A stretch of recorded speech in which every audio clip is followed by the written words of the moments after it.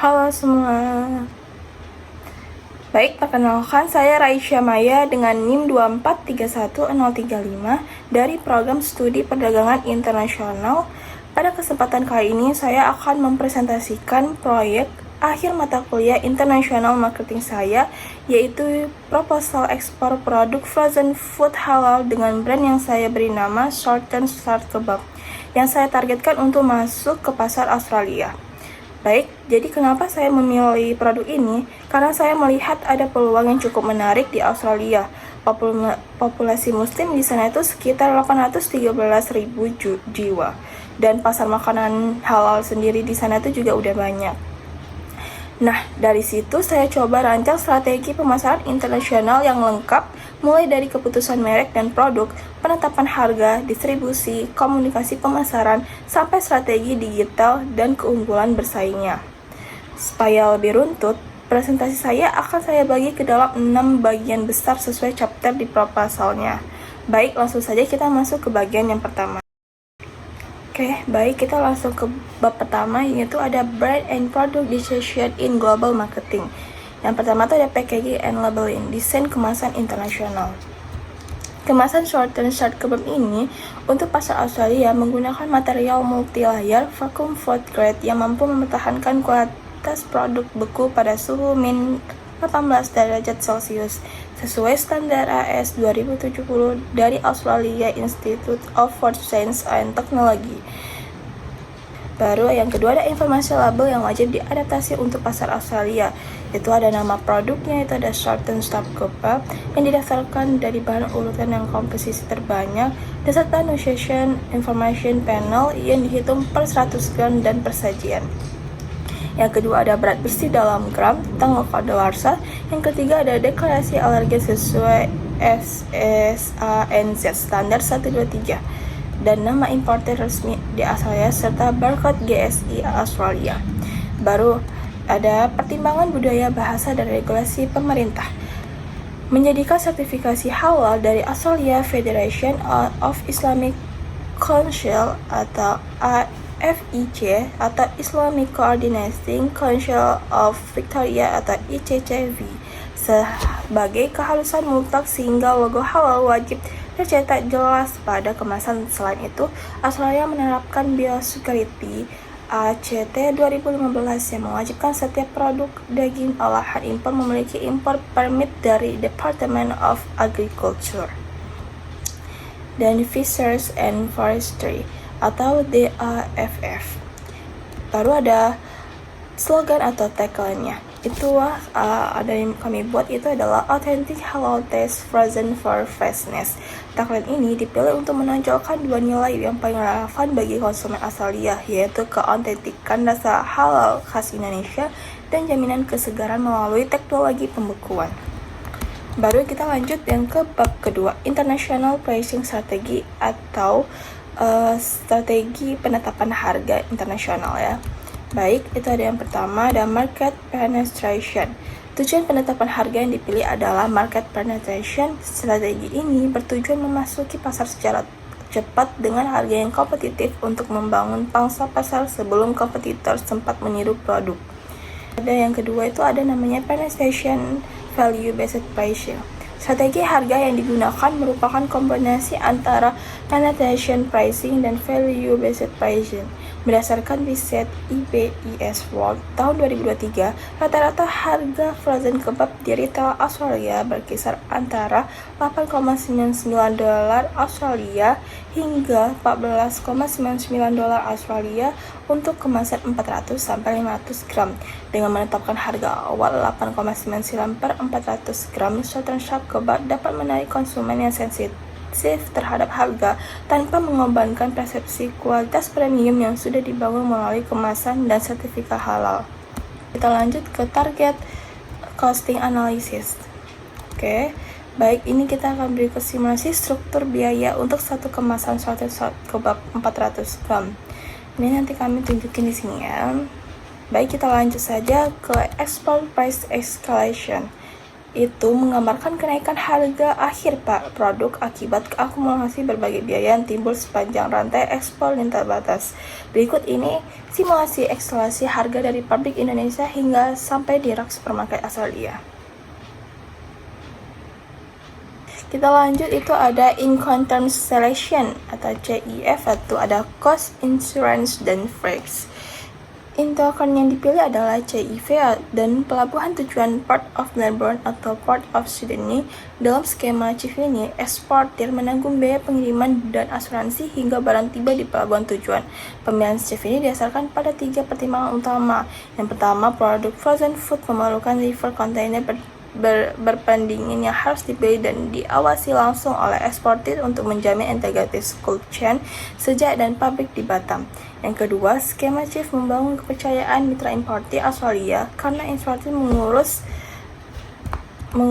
proses pengiriman secara end-to-end. Dan ketiga, CIF ini merupakan praktik umum dalam ekspor pangan dari Indonesia ke Australia. Lanjut ya ke competitor price analysis. Analisis ini berdasarkan dari data Worldwatch Online, Cost Online, dan Market Research Future. Ditunjukin di sini. Lanjut, ada rekomendasi international price. Nanti ditunjukin di sini ya. Kita lanjut ke pricing risk and mitigation strategy. Risikonya itu adalah fluktuasi kurs atau dampak potensialnya. Kurs berfluktuasi antara 9.800 sampai 10.800 tahun 2023. Bank Indonesia, pengelolaan IDR dapat memangkas margin ekspor secara signifikan. Hedging melalui forward contract valuta asing, klausul price review tiap 6 bulan, dan cadangan devisa operasional minimal 3 bulan. Yang kedua ada inflasi biaya produksi. Inflasi bahan pangan, itu dampaknya. Inflasi bahan pangan Indonesia mencapai 5,83% tahun 2023 BPS. Kenaikan harga daging halal menekan HPP dan margin. Strategi mitigasinya itu adalah long term supply agreement dengan pemasok daging halal bersertifikat dan diverifikasi ke 2-3 pemasok berbeda. Tunjukin di sini lebih lengkapnya. Oke, kita lanjut ke bab 3, Global Market Channel and Physical Distribution. Distribution Channel Strategi. Untuk short-term stock kebab yang baru memasuki pasar Australia, strategi ini yang dipilih adalah indirect involvement dengan memanfaatkan distributor dan retail lokal yang telah memiliki infrastruktur cold chain, lisensi impor, dan jaringan bisnis yang mapan. Struktur salurannya itu dirancang dari produsen Indonesia, di distributor halal Australia, retailer, konsumen akhir, atau two-level chain. Baik, kita lanjut ke physical distribution logistik. Oke, manajemen logistik fisik mengintegrasikan seluruh aktivitas rantai pasok barang secara efisien dan konsumen. Oke, dari pelabuhan Batam, Tanjung Priok menuju Port of Melbourne atau Sydney dengan waktu tempuh sekitar 7-12 hari. Dari sisi warehousing, produk disimpan pada cold storage di Melbourne dan Sydney dengan suhu terjaga sesuai prinsip distribution center. Sementara dari sisi inventory digunakan sistem FIFO dengan stok minimum 30 hari dan pemantauan real time melalui sistem ERP. Dan ada alur lengkap logistik ekspor short dan start kebab digambarkan pada berikut. Kita lanjut ke bab 4, itu ada Global Marketing Communication. Integration Marketing Communication atau IMC. IMC ini merupakan pendekatan yang terpadu mengkombinasikan berbagai alat komunikasi pemasaran untuk menyampaikan pesan yang konsisten kepada target pasar. Berikut ini adalah IMC Short and Start kebab di Australia. Nanti ditunjukin di atas ya. Ada advertising strategi. Dan di sini kami gunakan adalah adaptation atau adaptasi lokal. Konsumen Australia memiliki karakteristik budaya dan preferensi yang berbeda dari Indonesia, sehingga pesan iklan perlu disesuaikan agar tetap relevan dan tidak menyinggung sensitivitas budaya setempat. Ada alasannya, itu pertama dari sisi bahasa, seluruh konten menggunakan bahasa Inggris Australia yang natural. Kedua, dari sisi budaya, karena masyarakat Australia bersifat multikultural, iklan menampilkan keluarga muslim Australia yang modern dan aktif, bukan stereotip. Yang ketiga, itu ada sisi regulasi. Anna Food and Beverage Advertising Code tahun 2021 melarang klaim yang menyesatkan terkait pangan halal. Oke. Bab kelima itu ada digital global marketing. Baik, itu ada namanya website dan digital presence yang membangun website internasional yang efektif dan memerlukan perhatian pada beberapa isu kunci, yaitu pemilihan domain yang tepat, pengetahuan sistem pembayaran, dan lokalisasi. Contohnya itu ada website dibangun dengan bahasa Inggris, dan yang kedua Google Business Profile, mendaftarkan brand di Google, yang ketiga ada media sosial yang membuat akun Instagram, Facebook, TikTok, dan yang keempat itu ada market e-commerce yang mendaftarkan di Amazon ya. Digital marketing strategi. Oke, itu ada strategi SEO atau tujuannya visibilitas organik di Google Australia. Nanti implementasinya itu adalah dengan mentarget pasar, yaitu sesuai dengan Google 6 bulan melalui Google Search Console. Baru ada social media atau campaign, itu tujuannya untuk bangun komunitas dan brand awareness. Seperti kampanye halal kebab au di Instagram, TikTok dengan posting 4 kali per minggu berupa video memasak, behind the screen produksi halal, dan testimoni konsumen. Baru ada influencer marketing, jangkau target melalui kreator terpercaya.